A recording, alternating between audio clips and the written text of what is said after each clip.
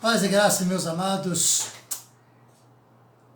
Parece que as circunstâncias que nos cercam, aquilo que temos visto, tem nos esclarecido um pouco a mente para pensar em alguns assuntos que costumeiramente a gente não gosta muito de pensar, de analisar. Digamos que eu começasse esse momento de reflexão citando, ou declamando uma poesia de Joia Júnior: vem, doce morte, eu sei que não és o mistério do sem fim, o pavor do escuro cemitério. Claro que você se assustaria. Nós não temos uma cultura de trabalhar com esses temas.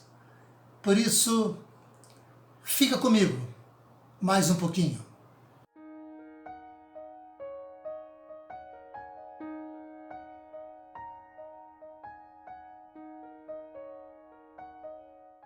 A palavra nos fala, e a Bíblia é muito clara, Salmo de Moisés, a oração de Moisés, no Salmo 90, no verso 12,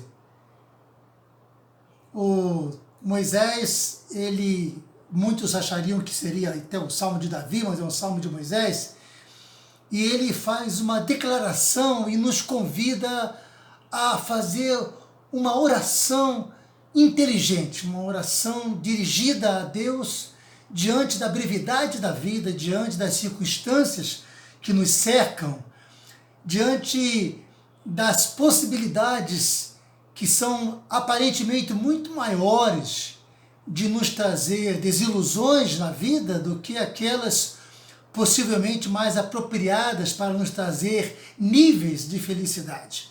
Por isso que Moisés fala, ensina-me, ou ensina-nos a contar os nossos dias de tal maneira que a gente alcance um coração sábio. Eu poderia dividir isso aqui em 3 partes rapidamente. Primeiro, falando sobre a questão didática de clamar a Deus por um ensinamento.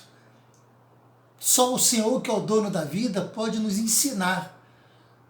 A verdade é que Ele quer nos ensinar, mas nós estamos dispostos a nos colocar à disposição desse mestre, desse Deus, do Espírito Santo, que é o Paráclito, que é o professor, e nos ensinar a viver?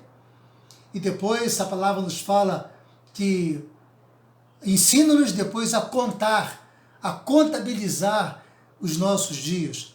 Os nossos dias são muito rápidos, passa rapidamente. Tiago fala que é como um vapor que existe hoje e amanhã se desvanece no ar. Então essa contabilidade, essa maestria, né? Essa parte de inteligência, de contabilizar a vida, de valorizar a vida, de aproveitar os momentos da vida, a gente só consegue isso quando esse ensinamento vem da parte de Deus. Porque Ele é o Senhor da vida. E no finalzinho desse versículo, Moisés está falando sobre alcançar um coração sábio. A vida só tem valor quando a gente consegue os princípios básicos, doutrinários, que está na palavra, para viver essa vida com sabedoria. Aí a vida tem valor. Nesse contexto, dá uma impressão de que se a vida ela é tão boa, se ela passa a ter muito valor, aí passa a ser difícil a gente se desprender dessa vida. O entendimento que se tem quando a vida é muito boa é que as raízes que nos tornam essa vida boa, ela fica muito arraigadas, muito enraizadas, e aí fica difícil nos desapegarmos dela. E aí gira, ou pelo menos passamos por um momento curiosamente perigoso de não querer abrir mão da vida. Mas a verdade é que o Senhor da vida, o Deus que nos deu a vida, Ele tem para cada um de nós algo infinitamente maior para vivermos, além desse momento transitório, dessa vida curta. Eu falei semana passada, né, que Benjamim de Israel, ele cita isso, a vida é muito curta para ser pequena. Então, mesmo sabendo que essa vida é curta, é pequena, ainda nos agarramos muito a ela. Isso porque a nossa cultura de entender a questão da vida e da eternidade que a vida nos apresenta, ou aquilo que Deus quer e separou para a gente, nos limita a viver nessa vida tão limitada. É uma ignorância compreensível, porque o que nos aguarda além dessa vida é infinitamente maior, é muito melhor. Por isso que para Deus a vida do justo é algo maravilhoso, é algo que agrada o coração dele. Tanto é que ele fala que é agradável para ele a morte dos seus justos, daqueles que já tiveram a experiência de salvação. E é por isso que eu comecei falando rapidamente sobre essas questões. Davi, inclusive, lá em 1 Crônicas, ele fala: tu sabes, ó Senhor, que tanto nossos antepassados como nós passamos pela vida como estrangeiros, como peregrinos, como pessoas que estão de passagem.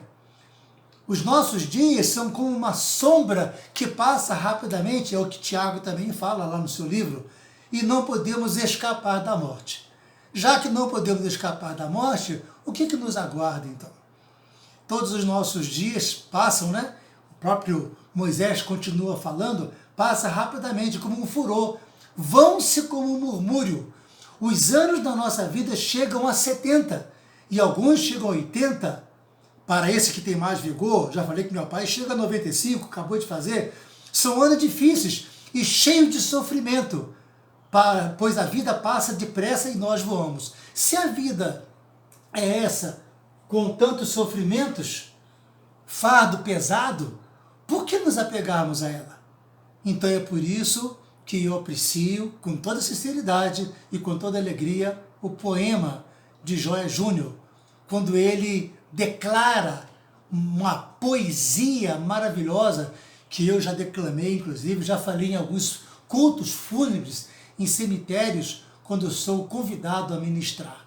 Vem, doce morte, eu sei que não és o mistério do sem fim, o pavor do escuro cemitério, não és o vulto mau, a sombra horrenda e esguia do cutelo fatal e da mão muito fria, cujo afago cruel, implacável, glacial, causa toda dor nesse momento final.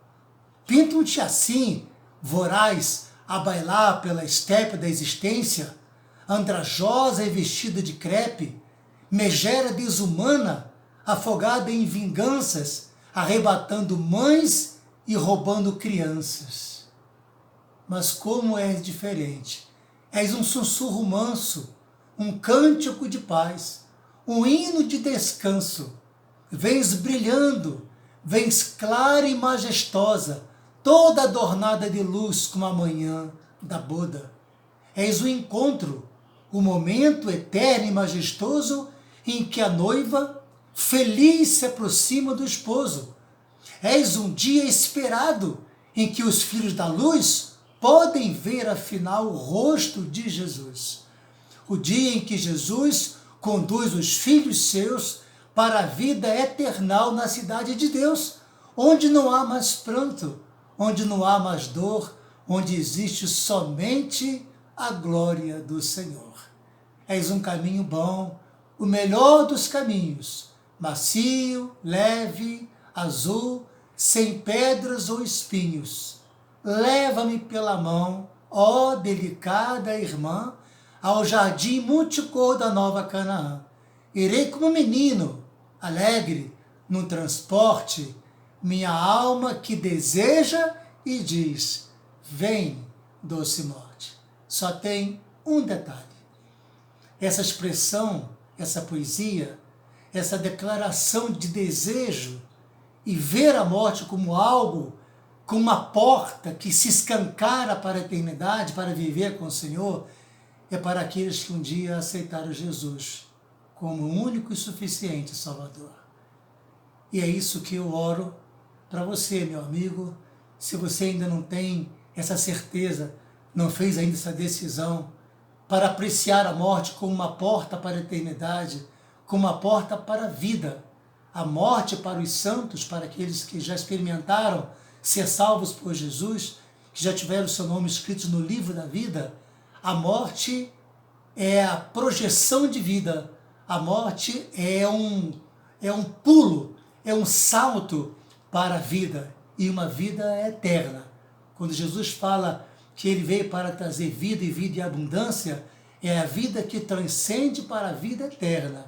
E a gente só consegue alcançar essa vida eterna e valorizar a morte como porta para a vida quando estamos convictos da segurança que temos, da certeza de um dia morar no céu por causa de Jesus, que morreu na cruz pelos seus pecados, pelos meus pecados.